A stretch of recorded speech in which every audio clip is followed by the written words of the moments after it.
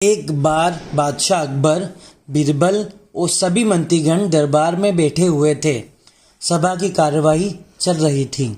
एक एक करके राज्य के लोग अपनी समस्याएं लेकर दरबार में आ रहे थे। इसी बीच वहां एक व्यक्ति दरबार में पहुंचा। उसके हाथ में एक मर्तबान था। मर्तबान मतलब बर्तन।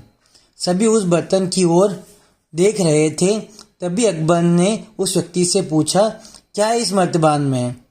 उसने कहा, महाराज, इसमें चीनी और रेत का मिश्रण है। अकबर ने फिर पूछा, किस लिए? अब दरबारी ने कहा, गलती माफ हो महाराज, लेकिन मैंने बीरबल की बुद्धिमत्ता के कई किस्से सुने हैं। मैं उनकी परीक्षा लेना चाहता हूँ। मैं यह चाहता हूँ कि बीरबल इस रेत में से बिना पानी का इस्तेमाल किए चीनी का एक एक दाना अलग कर दे। अब सभी हैरानी से बीरबल की ओर देखने लगे।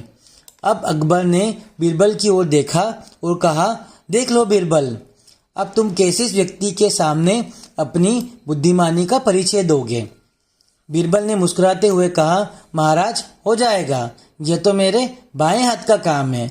अब सभी लोग हैरान थे कि बीरबल ऐसा क्या करेंगे कि रेत से चीनी अलग अलग हो जाएगी।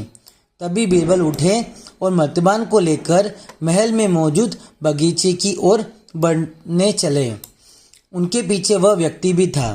अब बीरबल एक बगीचे में एक आम के पेड़ के नीचे पहुंचे। अब वह मर्तबान में मौजूद रेत और चीनी के मिश्रण को एक आम के पेड़ के चारों ओर फैलाने लगे। तभी उस व्यक्ति ने पूछा, अरे ये क्या कर रहे हो? इस पर बीरबल ने कहा, ये आपको कल पता चलेगा। इसके बाद दोनों महल में वापस आ गए। अब सभी को कल सुबह का इंतजार था। अगली सुबह जब दरबार लगा तो अकबर और सारे मंत्री एक एक बगीचे में पहुंचे। साथ में बीरबल और रेत और चीनी का मिश्रण लाने वाले व्यक्ति भी था।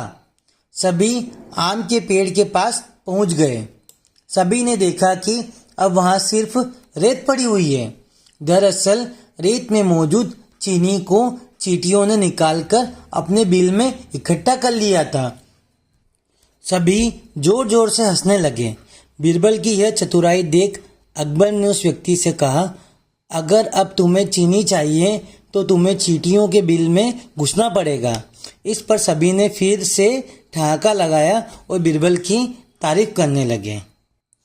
तो दोस्तों, आपको कैसी लगी अकबर बीरबल की यह कहानी? अगर इसी तरह की कहानी आप सुनना चाहते हैं तो हमारे चैनल को सब्सक्राइब जरूर करें।